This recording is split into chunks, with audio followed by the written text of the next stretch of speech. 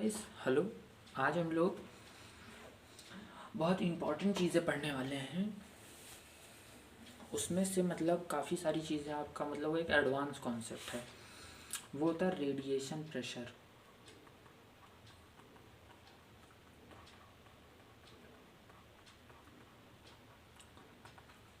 क्या होता है, कितने केस होते हैं? देखो, रेडिएशन प्रेशर हम दो तीन तरीके से समझेंगे। पहले होता है हमारे पास एक नॉर्मल इंसिडेंट। छोड़ो यार, क्या करना, रेडिएशन प्रेशर मैं डायरेक्ट बताता हूँ, काफ़ी शॉर्ट में बताऊँगा।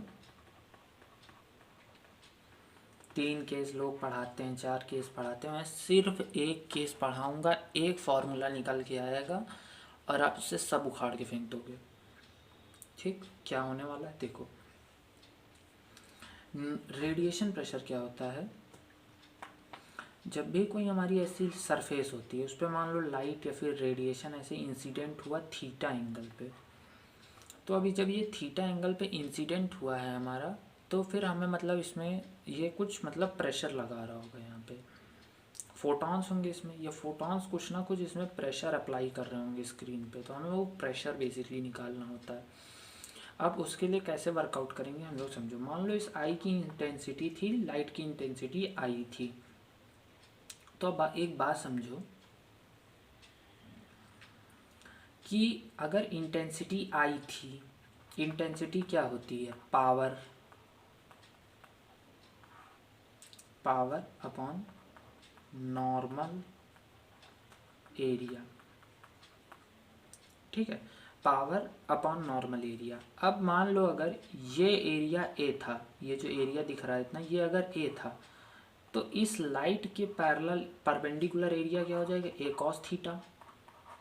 इंटेंसिटी की जैसे डिफिनीशन होती है, तो पावर अपॉन ए कॉस थीटा।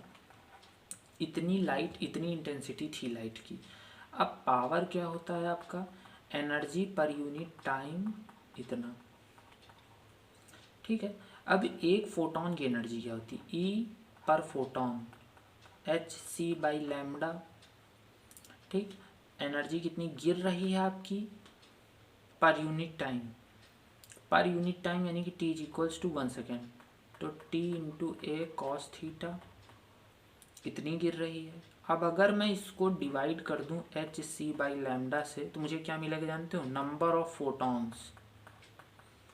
यूनिटरी मेथड, कितने फोटॉन्स पर यूनिट टाइम में स्क्रीन से आके टकराए। अब इस चीज़ को अपनी कॉपी में नोट कर लो, इम्पॉर्टेंट है ये, आगे अभी इसका काम आएगा। अब मान लो कैसे कैलकुलेट करेंगे। मान लो ये एक फोटॉन था, छोटा बच्चा, मैं ये एक बॉल थी, मान लो ये आके सरफेस से टकराई। अब इस सरफेस की प्रॉपर्टी होगी, किसी भी सरफेस की प्रॉपर्टी होती है A plus T plus R is equals to 1, यानी कि एब्जॉर्प्शन, ट्रांसमिशन, रिफ्लेक्शन। लेकिन फोटॉन्स के केस में हम अपने कोर्स में ट्रांसमिशन को 0 मानते हैं, तो हमारे लिए हो जाता है A plus R is equals to 1। मतलब एक तो केस ये हो सकता है कि ये बॉल इसमें आई और इसमें धंसी रह गई, केस 1। या फिर ये भी तो हो सकता है कि ये इधर आई और वापस अपने रास्ते पे एकदम चली गई, दोनों केस हो सकते हैं। तो मान लो टोटल फोटॉन कितने आए थे हमारे पास? टोटल फोटॉन हमारे पास था I A cos theta lambda upon H C. अब मोल फ्रैक्शन तो आपको आता ही होगा, तो एन कितने फोटॉन थे जो एब्जॉर्ब हुए और कितने फोटॉन थे जो मतलब रेडिएट हुए। तो आई A cos theta into A upon में ए प्लस आर नीचे लिखूंगा, लेकिन वो 1 है, इसीलिए आई A cos theta, same thing यहाँ पे भी, इंटू आर। इतने फोटॉन थे जो मतलब आए और गए। अब एक बात समझो, कोई फोटॉन जब इधर से आ रहा है तो फोटॉन की कुछ वेवलेंथ होगी, वेवलेंथ होगी तो उसका कुछ मोमेंटम होगा। समझ रहे हो बात को? तो मोमेंटम को हम डी ब्रोगली वेवलेंथ से एच बाई लैम्डा कहते हैं। अब फोर्स क्या होती है? फोर्स होती है चेंज इन मोमेंटम पर यूनिट टाइम। ठीक, एक फोटोन का मोमेंटम h बाई लैम्डा है, तो इतने का मोमेंटम कितना होगा, h बाई लैम्डा से मल्टीप्लाई कर दो। अब सुनो यहाँ पे 2h बाई लैम्डा से मल्टीप्लाई करोगे। क्यों? देखो, जब कोई ऐसे सीधा आके चीज़ टकरा रही है तो इसका p इनिशियल कितना था, h by lambda in minus J cap direction, और फाइनल रुक गई यहाँ पे 0। तो चेंज कितना हुआ, फाइनल माइनस इनिशियल, यानी कि h बाई लैम्डा का आया चेंज। लेकिन जब ये रिफ्लेक्ट भी हो रही है तो इसका और एक होगा इसका पी फाइनल जो होगा वो होगा h by lambda J cap, घटा दो दोनों को, h by lambda minus of minus h by lambda is equals to 2h by lambda. अब ये समझ आया यहाँ तक?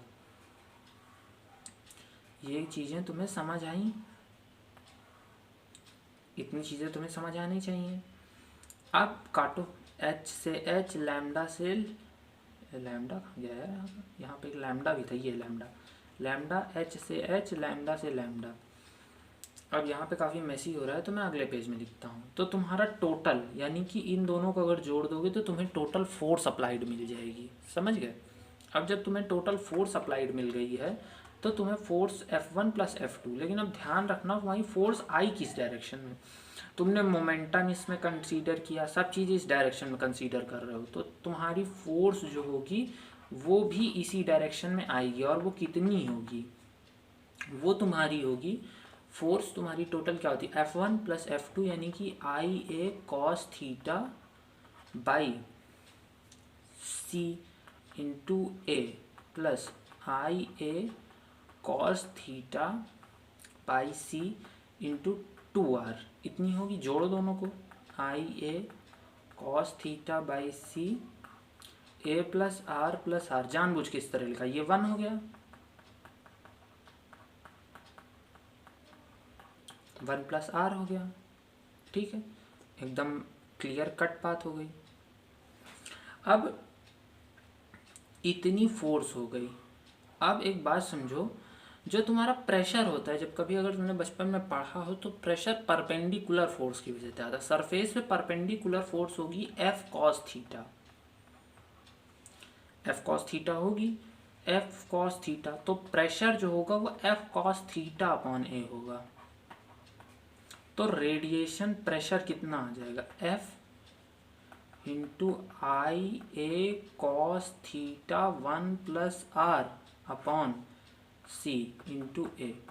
ए कट गया, एफ को क्यों लिखा है, तो प्रेशर तुम्हारा आया I by C cos square theta 1 plus R. अब तुम्हारे लिए सारी रामगाथा में ये इंपॉर्टेंट फार्मूला है। अब इसको चाहे जिस सरफेस पे लगाओ, चाहे जहाँ लगाओ, जवाब लगाओ। किसी ने बोला तुमसे ठीक नॉर्मल इंसिडेंट हुआ है, नॉर्मल इंसिडेंट के लिए थीटा कितना हो जाएगा, 0, पुट करो यहाँ 0, answer I by C plus R. सही फार्मूला अभी लग रहा। किसी ने कहा एकदम स्लैंट आया है, तो ये स्लैंट के लिए क्या हो जाएगा, एकदम 0, मतलब वो 90, तो 90 पुट करो, प्रेशर आ जाएगा 0, क्योंकि परपेंडिकुलर कोई फोर्स बची ही नहीं। तो that's all about radiation pressure. एक और कॉन्सेप्ट होता है, देखो मैं बताता हूँ। किसी ने तुमसे कहा कि ये गोला है, मैंने कहा ठीक भाई गोला है, स्फेयर है, ये एक स्फेयर, समझ रहे हो बात को, ये एक स्फेयर है। किसी ने कहा ये एक बीम ऑफ लाइट थी, ठीक है, ये एक बीम ऑफ लाइट थी, ये इस पे पड़ी प्रेशर डालने के लिए, तो ये बताओ इस स्फेयर पे कितना रेडिएशन प्रेशर आएगा। इंटीग्रेशन करोगे बहुत डिफिकल्ट आएगा, लेकिन अगर सरल भाषा में जाओगे तो क्या करा जाएगा, इस स्फेयर को लो ऐसे दबा दो, जब इसको एकदम चपटा कर दोगे तो ये बचेगा खाली एक सर्किल, और इसका एरिया कितना होगा, पाई आर स्क्वायर, अगर रेडियस आर था। तो वहाँ जितने भी फॉर्मूले में तुम ये I by C cos square theta 1 plus R लिख रहे थे, ये इसमें तो कहीं एरिया का टर्म आया ही नहीं, लेकिन फोर्स जब तुमसे पूछेगा तो ए को मल्टीप्लाई करना पड़ेगा, तो पाई आर स्क्वायर, यानी कि प्रोजेक्टेड एरिया से मल्टीप्लाई करना, प्रोजेक्टेड एरिया से। जैसे कहीं कोई कोन दे दे तुमको, तो कोन जब भी तुम्हारे पास आएगा तो इसको करो, इसको चिपका दो एकदम, तो एकदम ट्राइंगल बन जाएगा ऐसा। अब इसका एरिया निकाल लो सिंपल, और उसको मल्टीप्लाई कर दो फोर्स निकालने के लिए प्रेशर से, तो आपका आंसर आ जाएगा। Okay, thank you.